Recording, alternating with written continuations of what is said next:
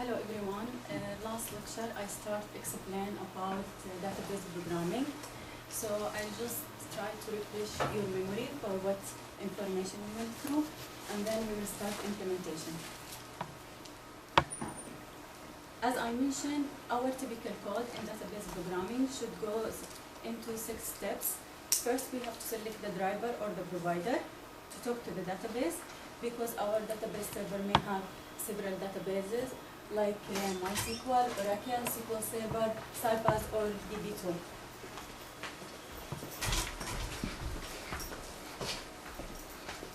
And I said the latest one is the provider. Second step, specify connection string. And as I mentioned, connection string is basically has 3 parts: name of the machine, name of your server, whether it's you are a network or it's your own laptop, and the database server on your laptop. Authentication information. So we have to verify the user for the database server, and usually we give username and password. The third is the name of the database, because we may have different databases. So this is the 3 components of connection string: server name, authentication information, and database name. And then I mentioned that we need to create connection object, and we need to type this connection string to the connection object. And connection object will establish the connection from our code to the database. So the typical code is SQL connection. We give it a name con equal new SQL connection, and we pass the connection string to the constructor of the connection object. Step 3, we need to open the connection to the database, and usually this is the typical code. It's only one line code. Con.open. We need to compose SQL, like select statement or update statement.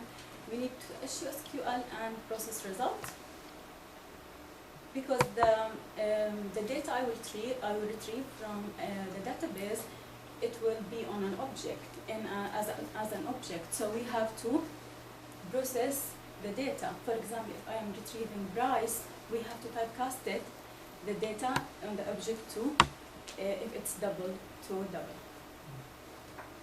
And then we need to close the connection.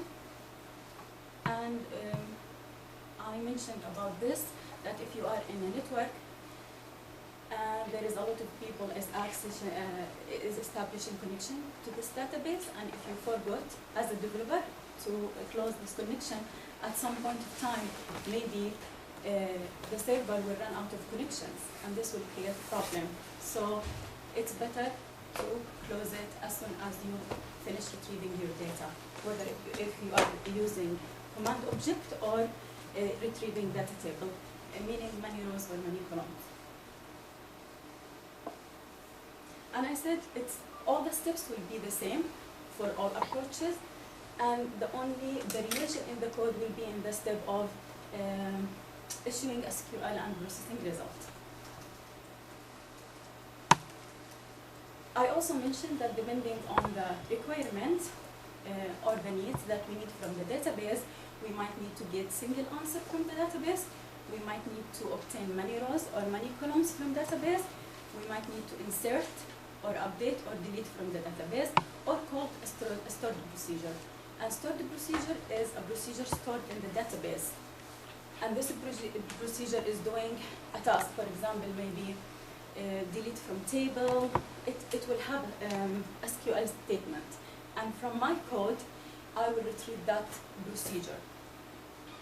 So the SQL will be the name of the procedure. In other approach, we have to compose SQL. For example, I may say select start from products, where product ID is 1, 2, 3, 4. For stored procedure, the SQL will be the name of that stored procedure.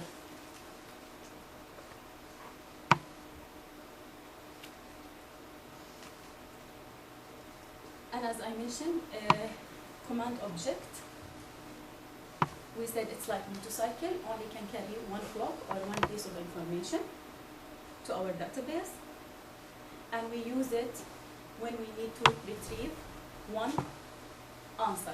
Let's say if this user is a valid user or not in this network.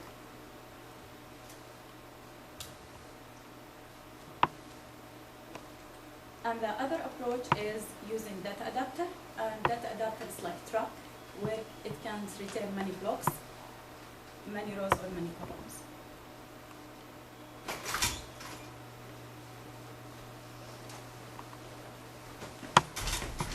So this is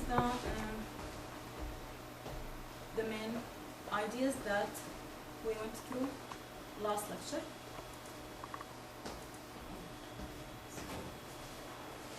I think we have to reconnect again.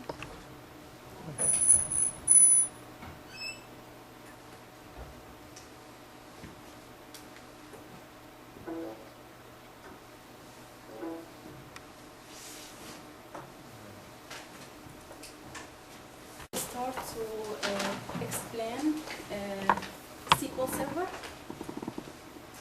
So as I mentioned last lecture, that we need to install SQL Server, SQL Server Management Studio. So the version I have is old, like SQL Server 2008. There is 2012 and 2014 Express Edition, and you can download this software from DreamSpark or from online for free. But we try to install Express Edition. Okay. So once you download SQL Management Studio,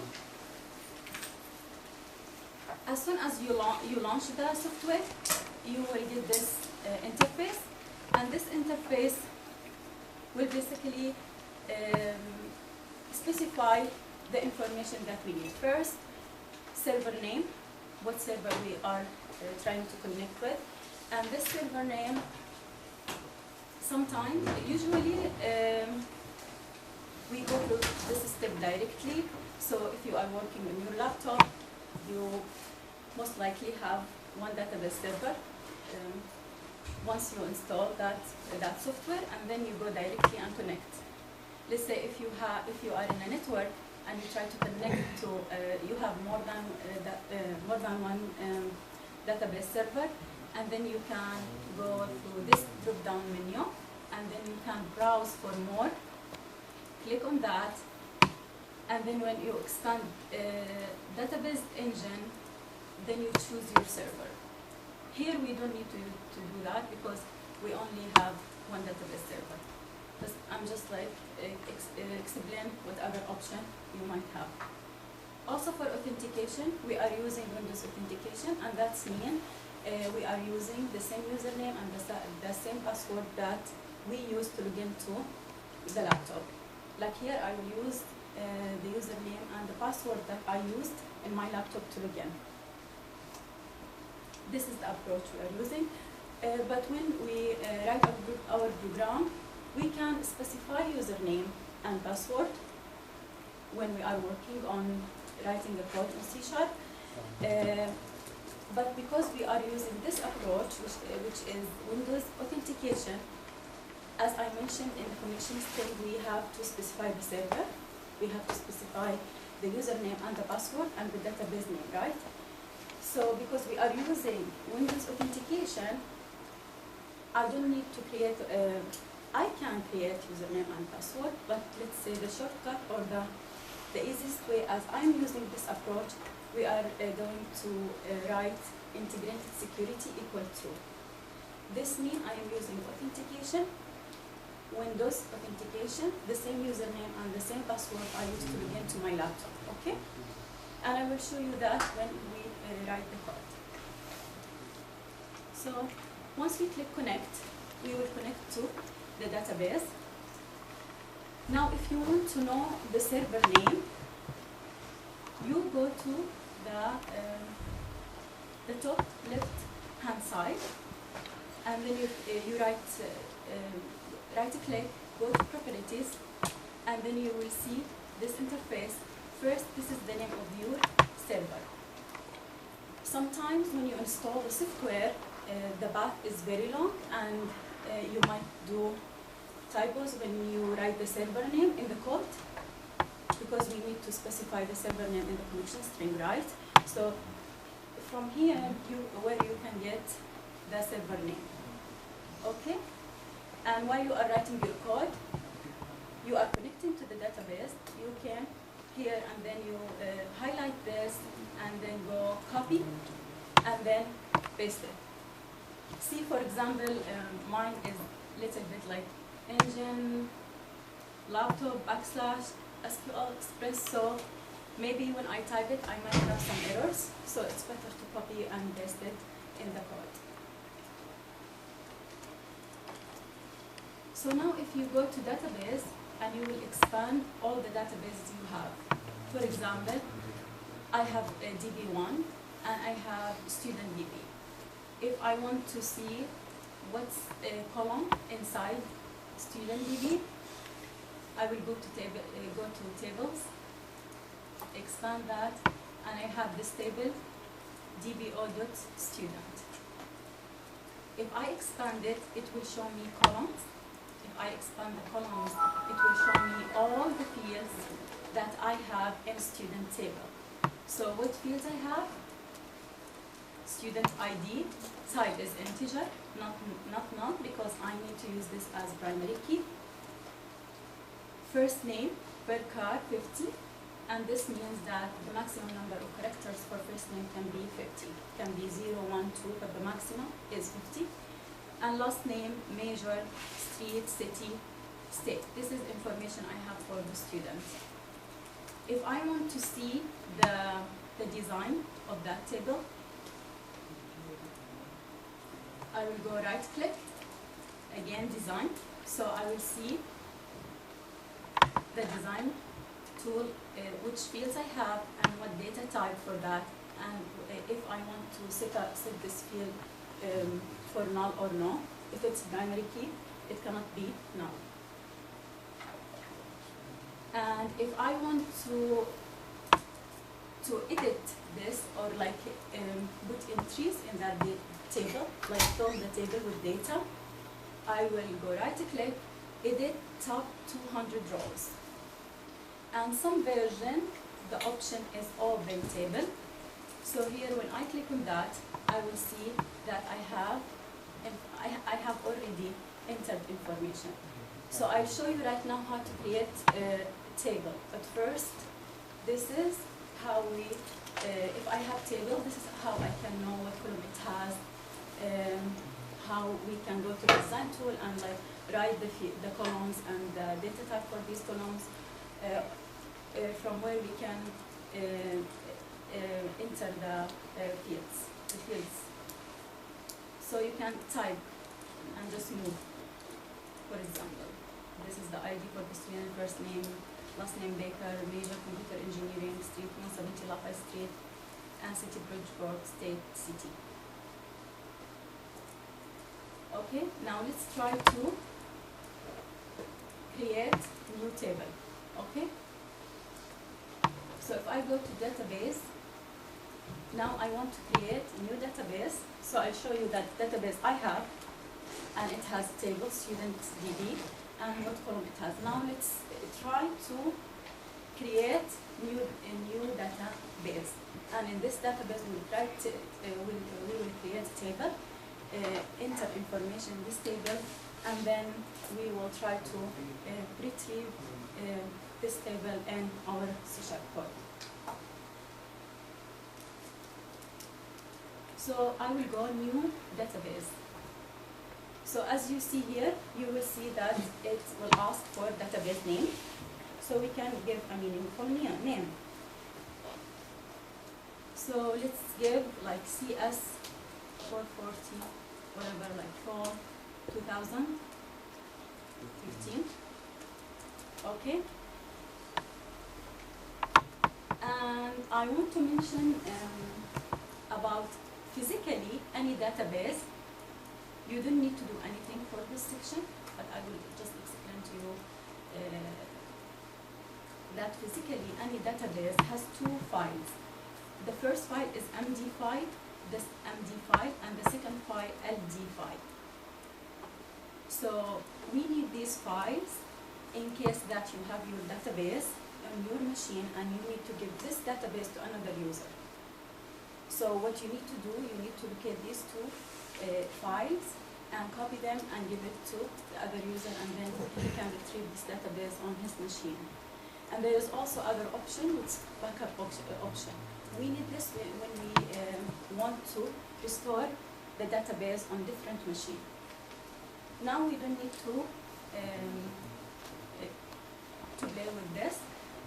These two files, the first file is MDF, MDF, and this is data file, and the other file is LDF, and this is log file.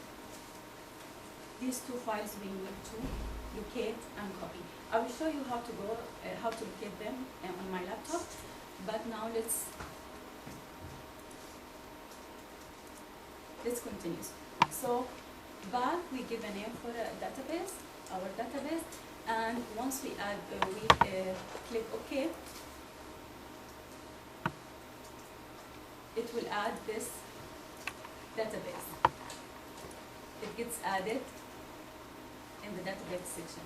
So if I expand the database, I will see all the database I have. So I have DB1, I have student DB, and I have the database I just created, CS for 2015. Okay, so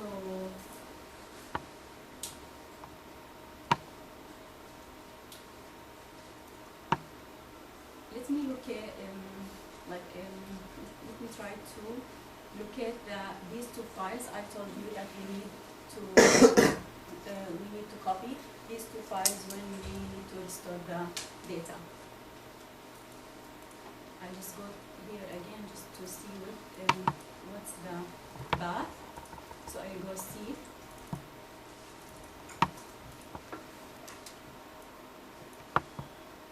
And then programs files. And then Microsoft SQL Server.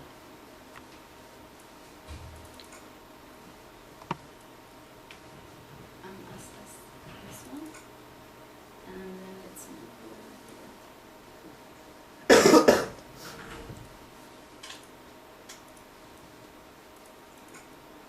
And then if I go to data, so this will show you the directories, not the files name, only the directories. And then if you go to data, like let's see, this is all the data I have. So that our database server automatically will generate these two files. Okay. So let's see, I have DB1, so I have MDF, I have log file, I have also student DB, so it has two files, and then I have these two files for the database I just created. So what you do, you just copy these two files for any particular database you want to give anybody, and then he can restore it on his machine. Okay, this is how we can restore the data. There is another way also that we can make a backup file. So if I give you a backup file, it is so the backup file is already approaching these two files. So we are not directly approaching that, but the backup file, the way it's created, it's approaching these two files. Because I think in the next lectures, Professor Mahmoud has the backup file for student DB, which has tables for student courses enrollment, and then how we will join these tables, how we will treat these data. So the table already created, and I think he usually posts it on the website where you can restore this file. So this backup file, will be a backup file. So backup file is indirectly approaching these two files. But this way I showed you, it's another way. Okay? To restore the database.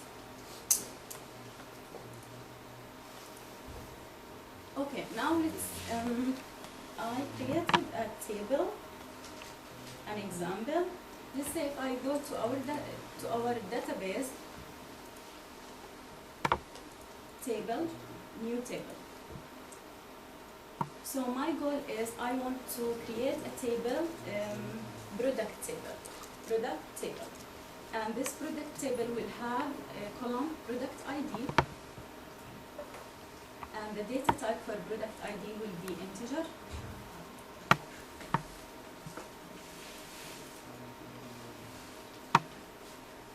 And it cannot be null because I want this product ID to be primary key, okay?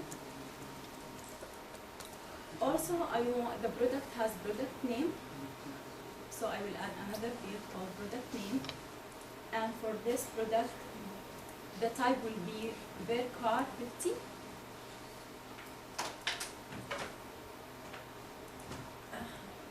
The product has price, so I will add other comma, price. And the price is, the data usually is money. And money in SQL Server equivalent to decimal, because price can be decimal. Price is decimal.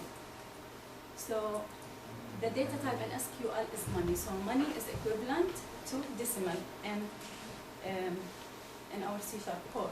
The data type is decimal. Here the data type is money. Okay. Also, any product has description. So I will add description. And the description, the data type for the description will be text. So what is text? So what's the difference between text and varchar? Varchar, the maximum number of characters that we can assign is 50 characters. It can be 0, 1, or 50. Sometimes, depending on the needs, that some people, they might write a description, 100 words, some people can write 200 words, so we don't know how many words the user will use to describe this product. So that's why we use text type, and text type, it's like you can use as many characters as you want, okay? This is the difference. So now once we create our table, so our table has 4 fields with the data type and the dependency, whether it's null or not. So we close this table from here, not to close the Visual Management Studio. Once we close it, it will ask you, do you want to save changes for this database? And then we click yes. And then it will ask you to give a name for this table. Usually, it's a good approach to pick a plural name. So our table is product, so I will name this as products. This will be useful, this information will be useful for you when we talk about link in databases. When we use link, we have for each table to create corresponding class. So usually if I have a product table, the class will be product. So each class is corresponding to a table. So if you name this table product and your class is product, it will get, when you compile it, will get confused. Is product is the table or the product is the class? That's why we need to, it's better if we name the table products. Okay, just keep in mind this for link database products. We click OK. So now if I expand these, so this is the table I created, products. If I expand the column, it will show me all the fields I created. So I have product ID, integer, not null. I have product name, I have price, and I have description. Okay?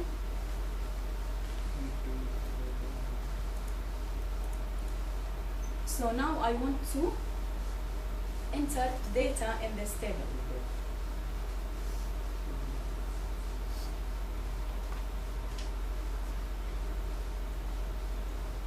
So I will select edit top 200 rows. Some versions, I think all versions 2008, maybe 2005, this option will be open table. But 2008 and 2012, 2014, the option will be edit top 200 rows. So now I will enter data. So we can, after that, we can write a code and then retrieve this data in our C# code. So I created data 1, 2, 3, 4, and let's say this product name is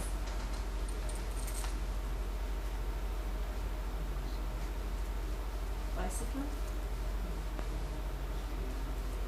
and the price is, let's say, 250. And description, let's say mountain bike. As you said here, it gets replaced to money, like decimal. Go to second row, 1, 2, 3, 5, for example, and let's say this will be calculator, and the price is 19, for example, 1950, and the description is scientific calculator. Let's add one more. 1, 2, 3, 6, and this is laptop.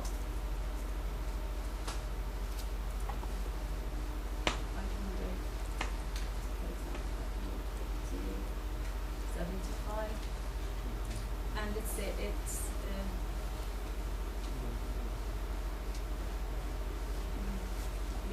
for example, for i7. So this is the data. So here I exit out. So my table has information about 3 products. Okay, and then when I exit out,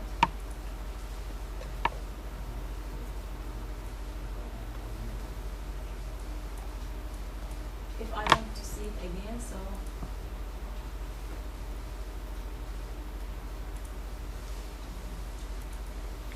if I go tables, where's my database?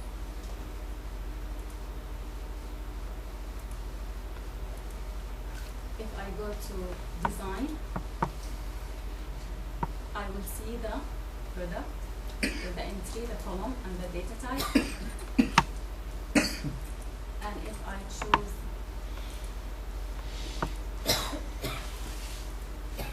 edit top 200 rows, I will have all the data I just entered. Okay?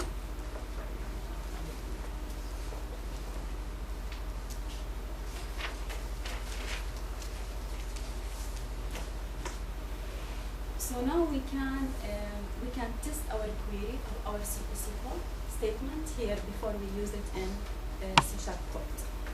Let's do that. So we can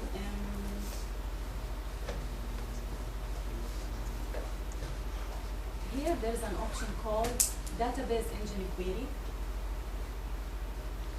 If I click on this, it will ask me to connect again.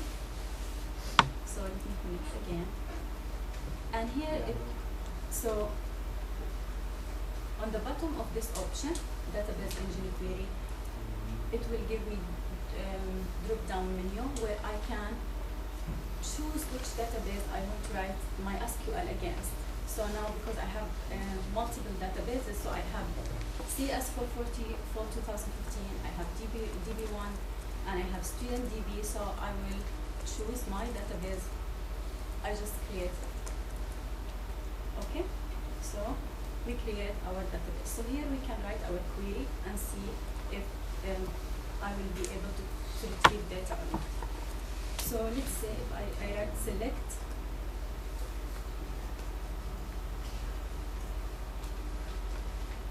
BID from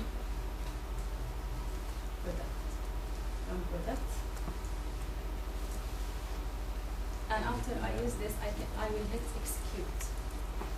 So it will give me the product, the product ID that I just entered. Okay. I can write another SQL, select. And by the way, SQL is case insensitive, so it doesn't matter whether you type this uppercase or lowercase. Select price from product, where product ID, let's say equal 1, 2, 3, 4. I want to know the price for this product. So once I think I hit execute, and here it will give me this. Okay. So now here how we can test our SQL. If it gives me the right answer, then I can use it in my code. So now we finish this part. Now we will go to Visual Studio, launch Visual Studio, and then write a code, okay? To retrieve the product column.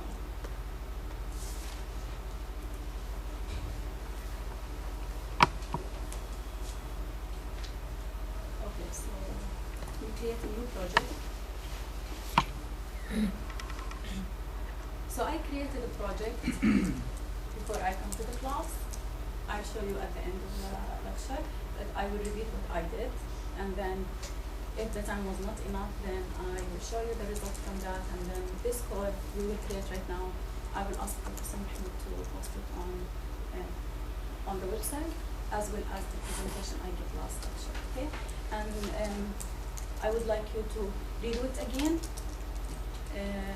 so you will be expert in database programming, and this is very important step for later on, for more advanced approaches. Let's create a new project, and I will call this project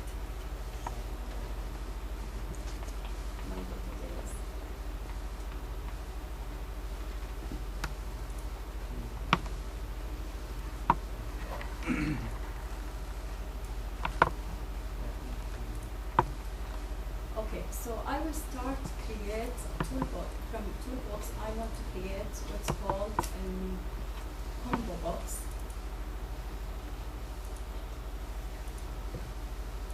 Because I need this to act like drop-down menu or list where I can show the IDs for the product, and whatever ID I select, I can script all the information related to this product ID. So let's give this a name, meaning full name, CMD products.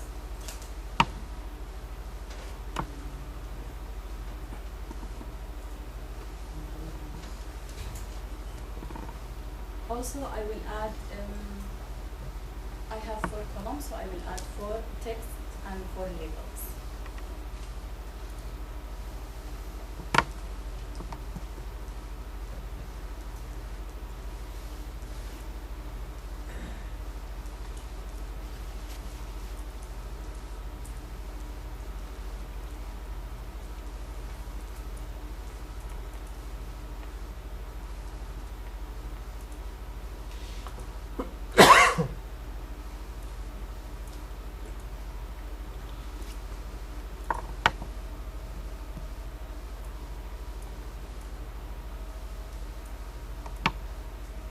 I mean, the code will take time, writing the code, but we will try to accomplish as much as we can.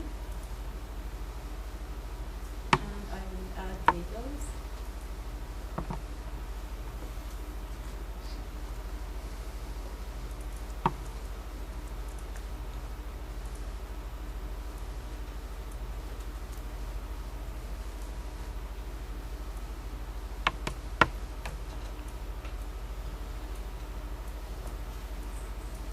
Okay, for label, I will not add give a name because it's static.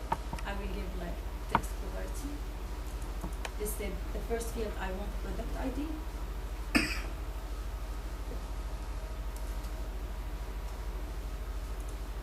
And the second I want product name, display product name.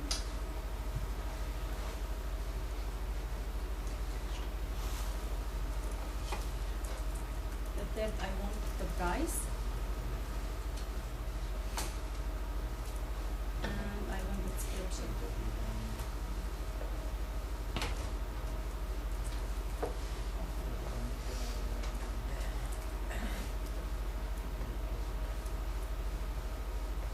Let's call this txt eid.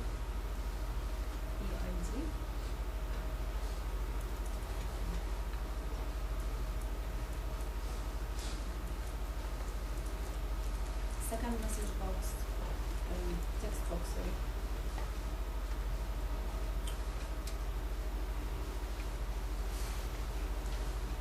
Product name. Third, txt price. Last one is txt.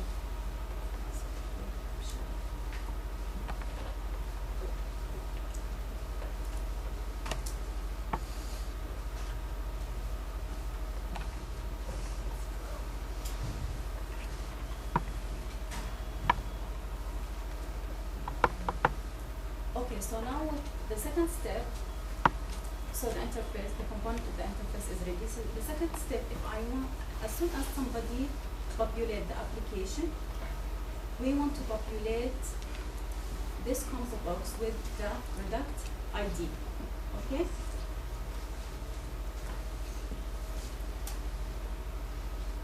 So in Windows Form applications, there is an event handler called form load. So how I can trigger, so this form load, once the, it's the initialization event handler for the form. So once the form is running, this will be triggered. Because I want, my goal is I want to, once this application start like running, I want to populate the product IDs. Once this form started. So there's two ways to use that event handler or trigger event handler. First one, we can go to anywhere on the form where there is no control tool and double click, and we will have that event handler. It's like when the event handler for button is click. So the event handler here for this form load. The other way, the second approach is I check this form, be sure that this is form, and then I highlight this. I go to the highlight, and then once I go to the events, I will see that the main event handler that was highlighted is load. So I can double click on that and I will go to write my code. Or I can click anywhere in the form.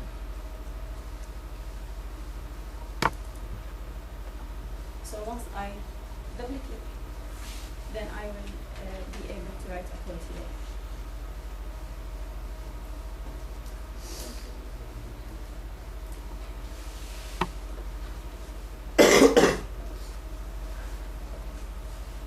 Is that right?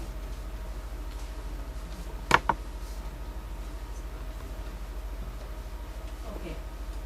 We will come back for that to know what code we need to write in Formula. For that, let's create a class and see now the 6 steps that I mentioned that we are going to write in that class. That the database code should go through these 6 steps. We will come back to this later on after we write our class, and then we will see how to trigger the function in the class.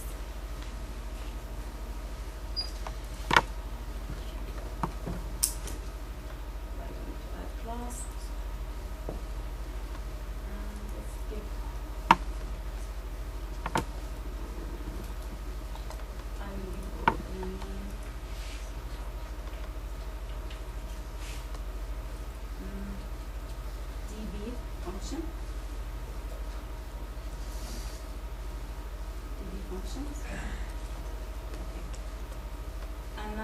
will start write our code.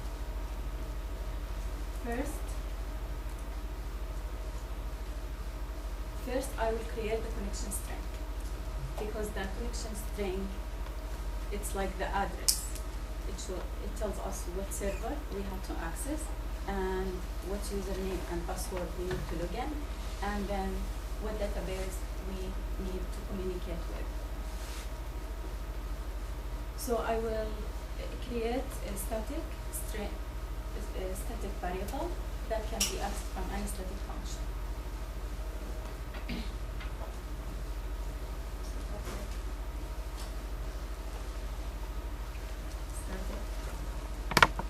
String, I will give it a name.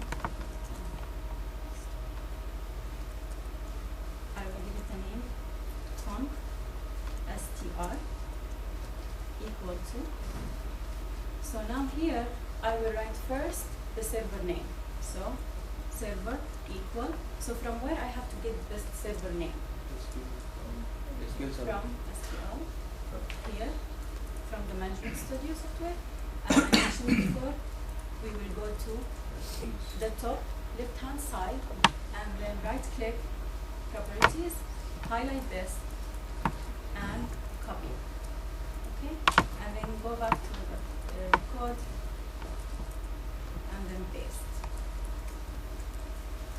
Here there is a small problem. So some names some names is easy, like can be like alpha. Some servers' names has backslash, and this will create problem for us. So as you know that in C# backslash n means new line. It doesn't mean like backslash. Backslash n, like backslash and the letter after that means something. Backslash t means tab. So what if your server name would start with, like after, let's say after this backslash was t, for example, some names. Your name maybe t. Start with t, and then the .NET will get confused whether is this the name or maybe it will translate, it will be translated like tab. So whenever the server name has backslash, I missed it from this country yesterday. oh, it is unclear because I'm giving lecture. Oh, I see. I think I left it here yesterday. Can you turn off the That would be bad.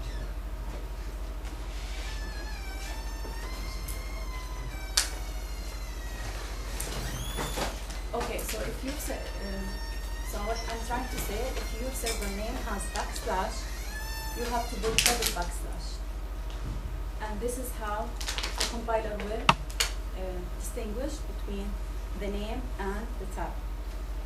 Okay. So after that, semicolon, and then now what we need to add? Security or authentication. The authentication information. The connection string has 3 parts: server name and authentication information, username and password, and database name. Okay. So what's our authentication? If you remember, I used the authentication, Windows authentication. That was my approach. So here, what's equivalent to that is integrated security.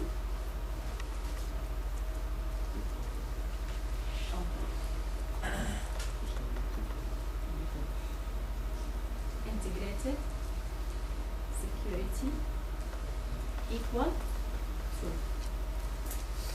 Semicolon. So what that means? That means that it was because we need the username and password. We need authentication. But when we write this part, that means that it will use the username and the password that I used to log into my laptop. It's the same. Also, there's another approach where you can create username and password. But for now, let's go with this, okay? And then you will add the third part, which is database equal. What's our database? CS 440 fall 2015.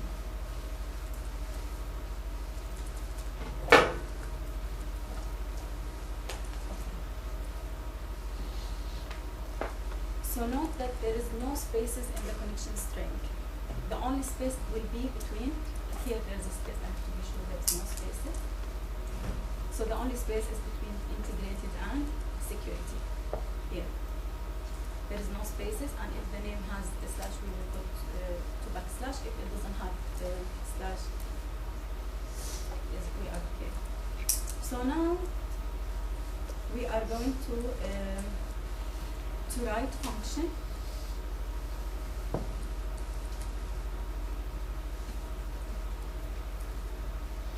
So we can trigger this function, and this function will do all the job that we need, which open connection, close connection, issue SQL, send the command object, or the data adapter, and all that. So let's start.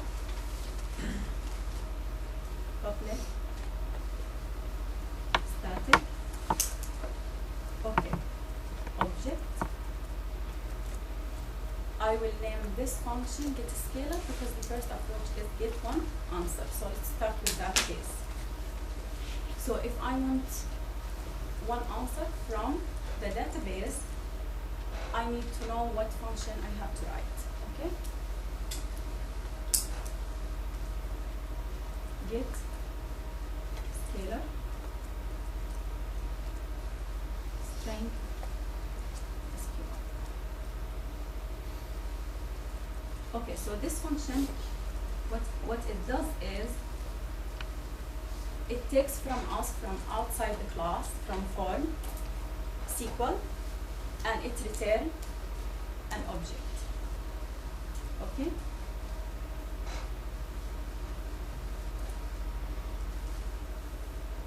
So first I will, it's a good approach if we give, because I will retrieve the data in an object, so it's a good approach to initialize the object. Let's give it a name obj, and initialize it to null. So object obj equal to null. Then I will create the connection command.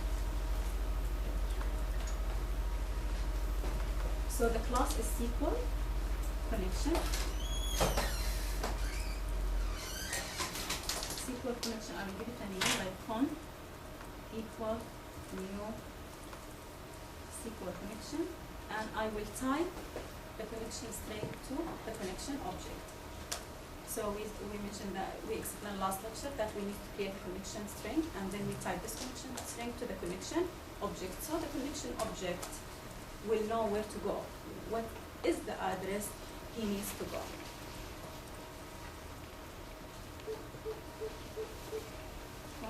str. So if you see that it gives me, it doesn't recognize the SQL connection, so I right-click resolve using system.data.sql client. So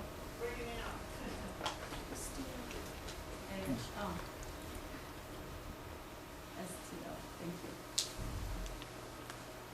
Okay. So now we need to learn a good approach that any code we need to write from now on in database, we have to put it in try catch block. So all the statement we need to execute, we will put it inside try block, and then while running, if there is a problem, it will throw an error. So try, and there will be a lecture in this class about exception handling, where we will learn how all the possibilities for error messages that we might get while writing C# code.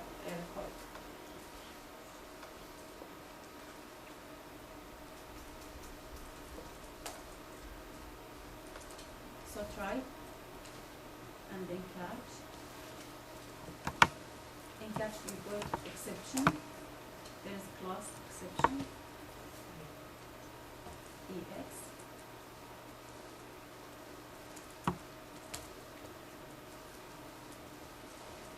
And inside this, if there is an error, it will throw. Okay. And also I will add finally, and I will come to explain this in a minute. So this is the first thing we need to do. And finally, we will close the connection. So cont dot close. Okay. So cont dot close, as I mentioned, we need to close the connection because we don't need to have like too much load, and then at some point of time the database server will run out of connections. So this code finally will be executed in all cases, whether there is an error or no error. So our code will be in try. So I didn't write, I will write right now. All the statements we need to execute, it will be in try. If there is an error, it will go to catch. And then it will close the connection. Okay? Also, if all the statement in try works and there's no problem, also it will close the connection. In both cases, whether there is error or there is no error, it will close the connection. So in try, we will open the connection. So one line of code, we open the connection, and then we will use SQL command to create CMD, or the command object, or the motorcycle that will establish the connection and bring the data. So SQL command CMD equal to new SQL command. And as I mentioned, we need to pass two information for CMD. First, SQL, the statement. Second, the connection string. So if I give the connection string, I give the motorcycle the address where to go, how to locate the database, and when I give the SQL, I tell the motorcycle what to bring from this database. So SQL and okay. Now the answer will be in OBJ because this function will retrieve object. Okay, so OBJ equal to CMD dot what method we need to use with command object execute scalar. Execute scalar.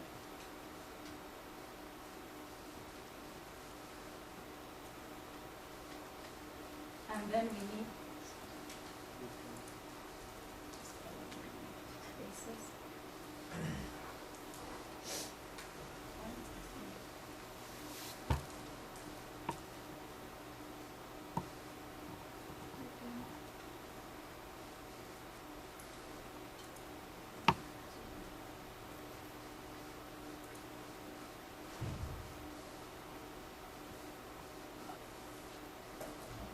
Here we will retrieve, I think maybe when I return object.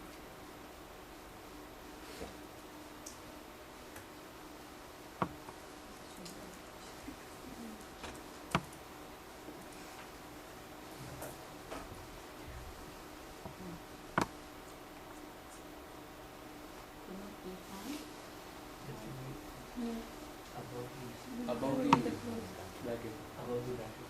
Return.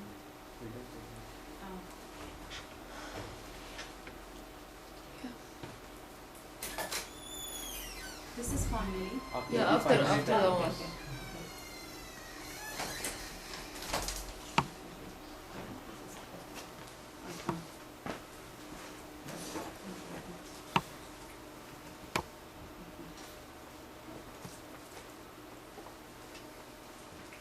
So now I will, so this is the function that we will retrieve when we need one piece of information. So let's write other function to retrieve multiple rows and multiple columns, and then we will see how to call that from outside the class. Okay, from form load. So because the code is similar,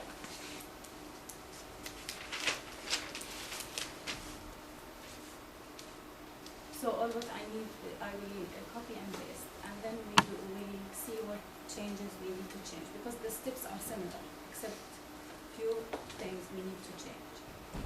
So I copy this.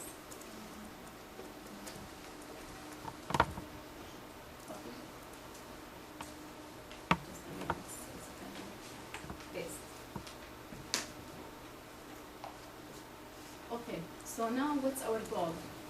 Retrieve multiple rows and multiple columns. So I will change the name of the function. So I will call it get data table, get data table. Okay, and then this function will take string SQL and it will return. What do you think? Data table, because I will, if you remember, as we mentioned last lecture, that we will retrieve the data table, which has many rows and many columns. So the return type will be data table. Okay. We don't need this, right? So I will declare blank data table. So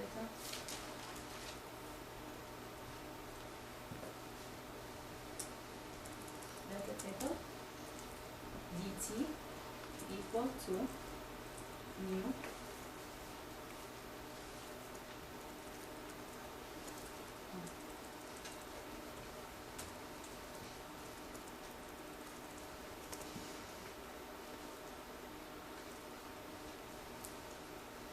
this is the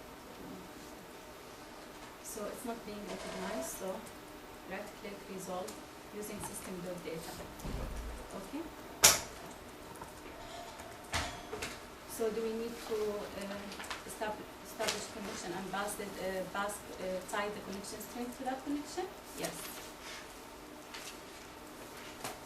In write and catch, finally, we don't change anything. In catch, it will throw exception if there is an error. Finally, it always will be execute and close the connection.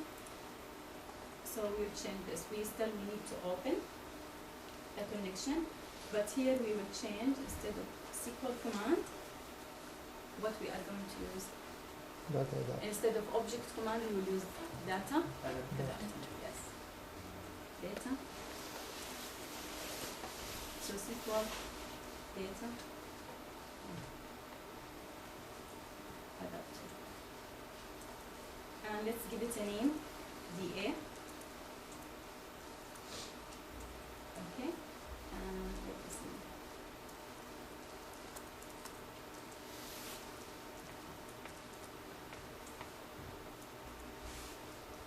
And also we need to pass to always two pieces of information, SQL and the connection object. And then after that, we don't need this. We need to call fill function to dump the data in data table in the memory of our machine. Because what data adapter is going to database, bring all rows and columns, and then dump all these data in the memory of our machine. Because simply database is different program. It might be on different machine. So now we will, after we invoke fill, it will dump all the data in the memory of the machine, and then after I close the connection, I still will have this data table which has all the column, and then I can process these results. So DA dot equal for what? DT table. Okay? And then what we need to retrieve here? Return DT. DT. That's a table, right? Yeah. DT. Okay. So far so good. Easy. This is, I think, database is the easiest topic in this class because it's pretty straightforward. Just a few changes. The code is similar. Okay, let's go to the form and write the code.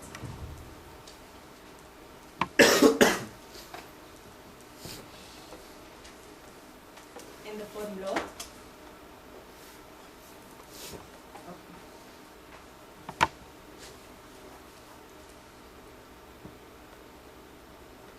So first I need to compose SQL.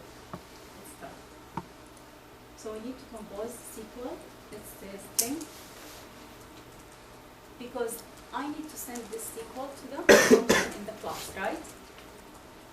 And why I make the function static, so I don't need to create object from that class. Okay?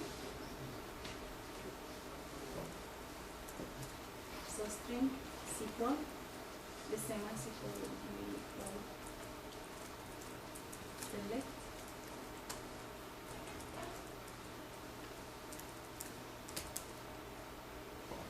product ID from product.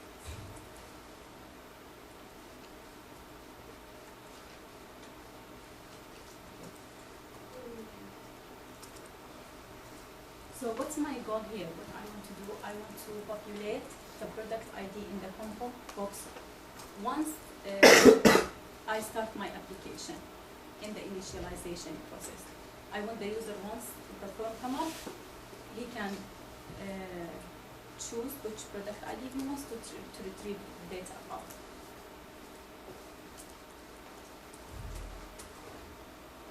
Okay. So now I have to identify data table equal DT, data table DT, so equal to DB functions dot get data table. So the intelligence give it to me, okay? And then I have to pass for that the SQL. Because this function, if you remember, it will take one parameter, which is the SQL. And the SQL I already, it's here. We already specified the SQL. So here I only will pass the SQL, and this will trigger that function. Okay? So SQL. Now I need to loop through data table, through the row and columns, loop through the table to get all the values and all the rows and all columns. So I will use for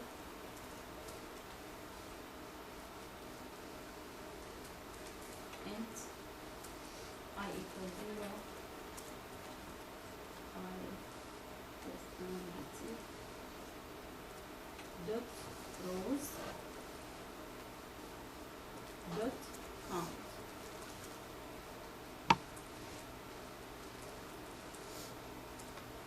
Okay, and then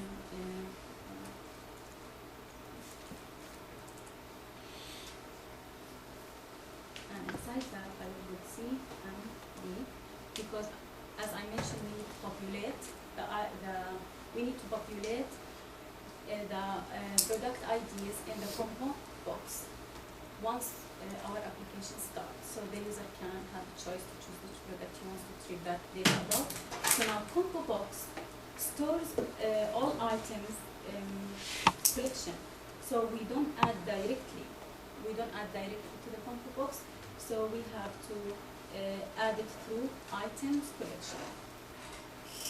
So that's why I would write CMD products dot items.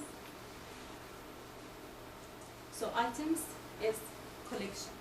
So we don't add directly to the compo box. We have to add through that collection. That's why when I look through the collection, I have to use count, because this is the method will look through all the values in the collections, of all the rows in the table.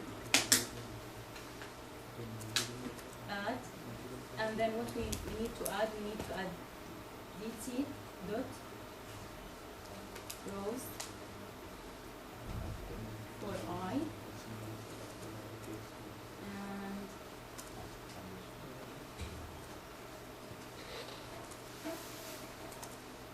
the column name product ID, because I need to populate that, and it's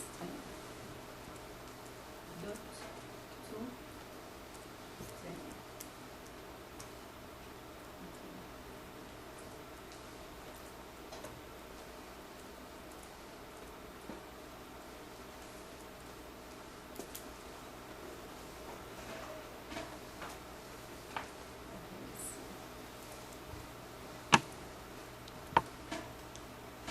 So it's okay. So far so good. We have no errors. Okay. So now we need to write, go to the form. Okay, so what I wrote in the form load is to populate the product IDs. Now I'll go back to the form, load, design. And I need to change to choose an event for combo box, and the event is called selected index change. And how I will get this event? Two ways: either double click on the combo, or once I choose it, double click on the combo box, or I can, the same way I can go to the events, and I will see that this gets highlighted, selected in index change. So once I double click on that event, then the event will come up, and then I can write my code inside. So now, what we need to write inside the compo. So in the compo, I want to find out which product ID we are selecting. Which product ID we are selecting. So first, I will write string BID equal to CMD product. This is the name of the command dot text.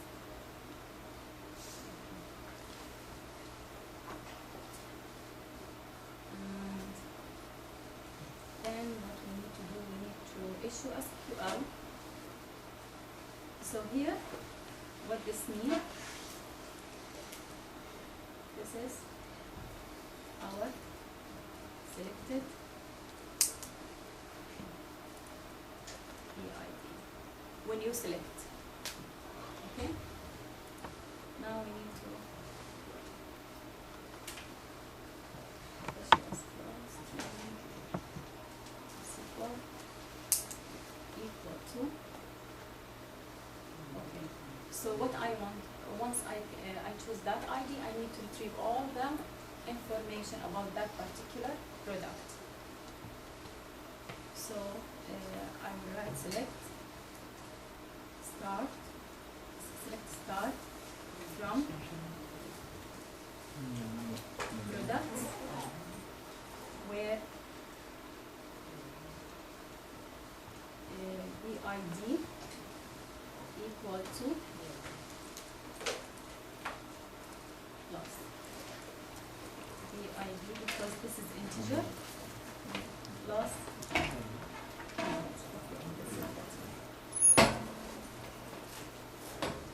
And then data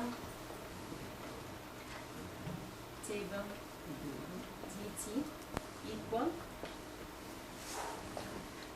db function dot get data table, and here I will pass the SQL.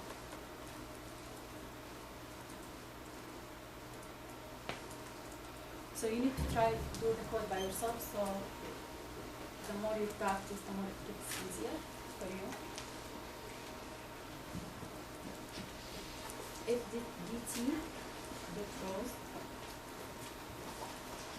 would count greater than 0, and then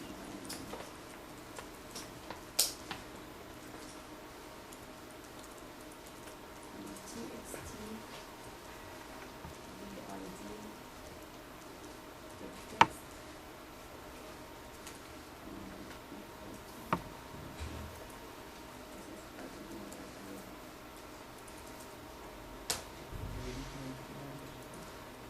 I just want to check one more time. I forgot what I named. The second one, yeah? This one. Just need to see the name. Oh, PID. Okay.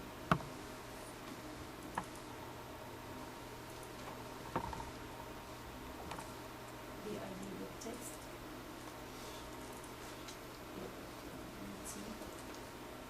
Rows 0, and then here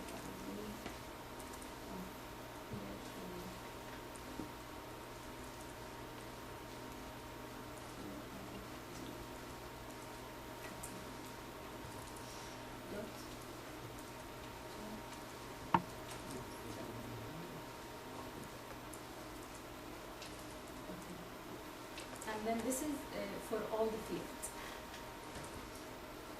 because what I want to do, once I choose a particular product ID, I need to retrieve all the information from the table in the database, right? So how many columns I have? I have 4. The PID should be small because the column name. Yeah, it's I told you it's in SQL, it's case sensitive. So I copy this copy this and paste it 3 times because I have 4 columns. This one, and then we will change. So the second one was the second text box was for product name,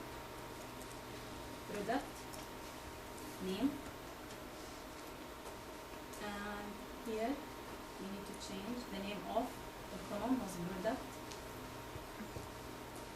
column, product name,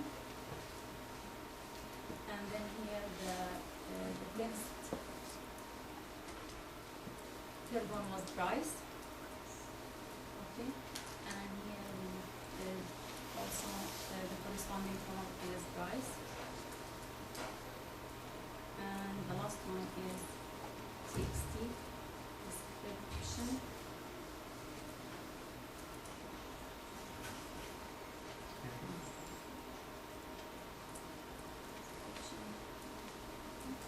And here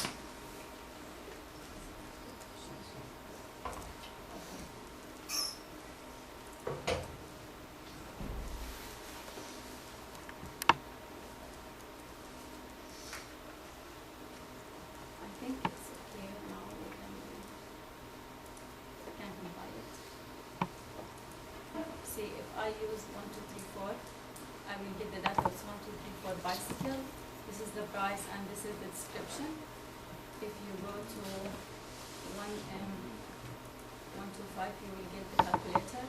If you go to the other item, it's laptop. Okay? So now we were able to retrieve the data through our code. I just want to mention, when I post this code on the website, you need to make sure that you create in your database, create the same table, products, with the same number of columns, okay? And So create table first, and then change the server name, the connection string. So you will be able to run it, you know. Okay.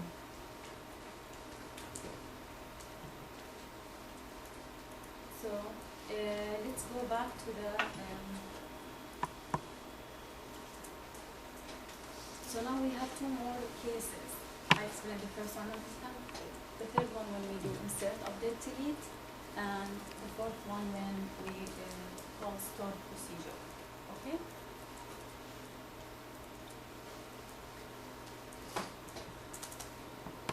Okay, in the form, let me add button.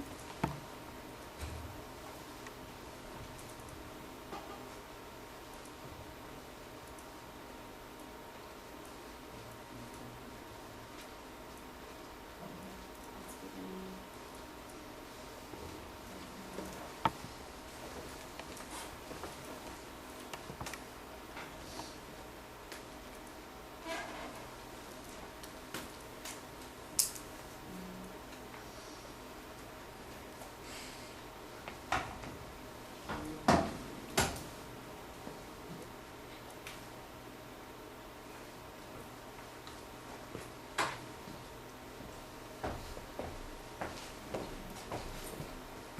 Okay, so here I want to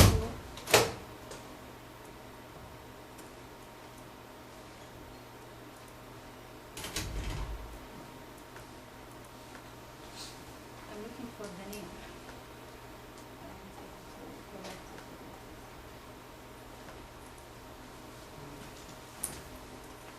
Okay, so let me mention one thing, like here for the text sets, sometimes we need to update, like my goal from adding this button, I want to update the price. So wherever I want to enter here, so once I click any, I choose any product ID, I will get all the information for that particular product. And then if I want to change the product price, so I want the user to not be able to change any of the column except the price. So I go to the text, and then there is a property called read only. I don't know why I'm not able to text.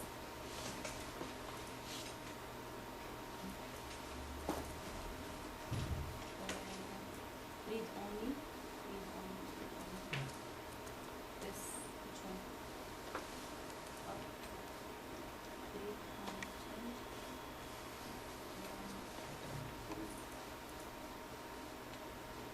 No, this is the event. I need the properties.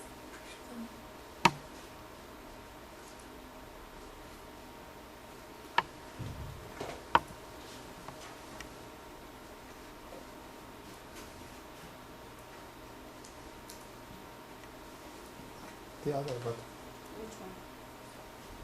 on the This? next Zero. one. This? Yeah. Yeah. So I need to change the property read only. This one. So it's false. I make it for the first one true. So see. And then I make it for the second one also true. And for the last one I will make it true. And for this button I will call it BTN update. And the text update price.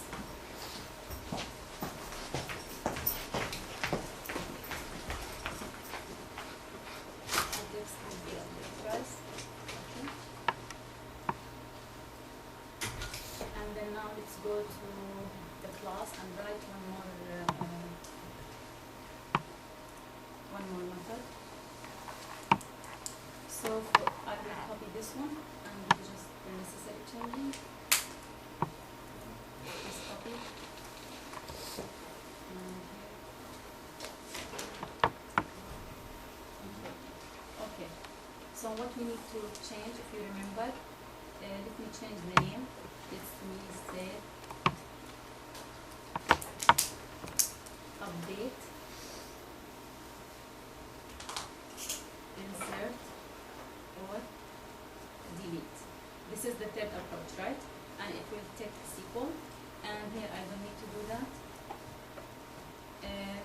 will declare integer rows equal 0, because in this approach we only need to know how many rows got affected with delete, insert, update, right? So it's only one answer.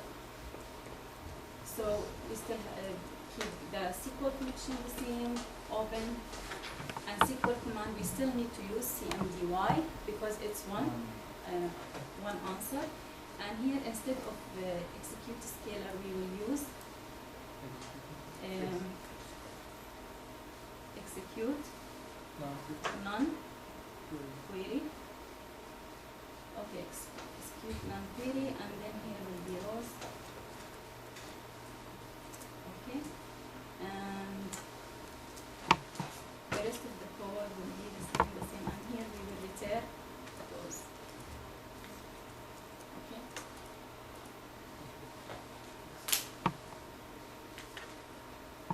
Now we finish this, we will go back to the form, last step, and then we double click for the price, and we need to know what to write here. String.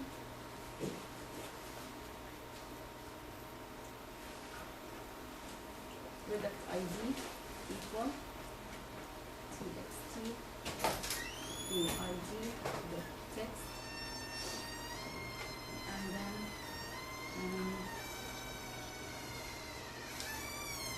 I will declare the new price equal txt price dot text,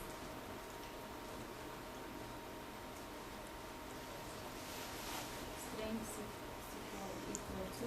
Now I want to actually update because I want to change the value. So I want to update the value of the price. So it's update products set price equal. I want new price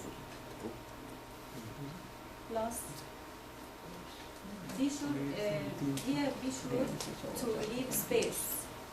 Other than that, it will concatenate where with the price. PID equal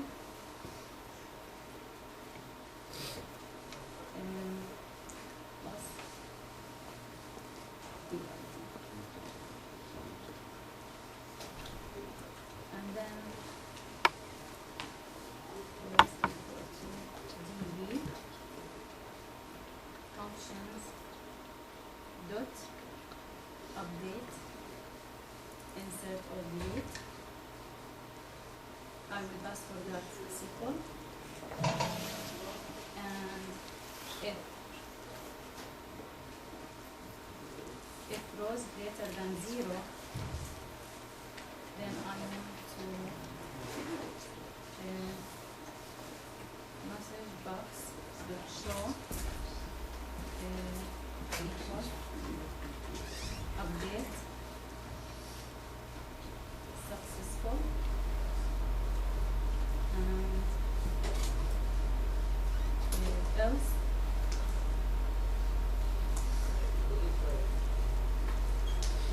message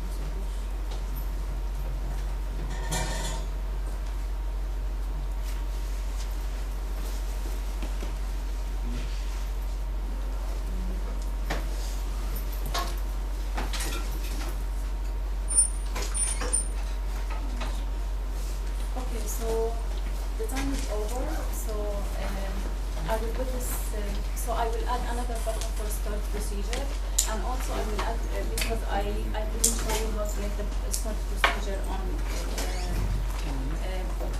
Microsoft Studio, Management Studio. So I will put all the instruction, how to make start procedure and how to follow from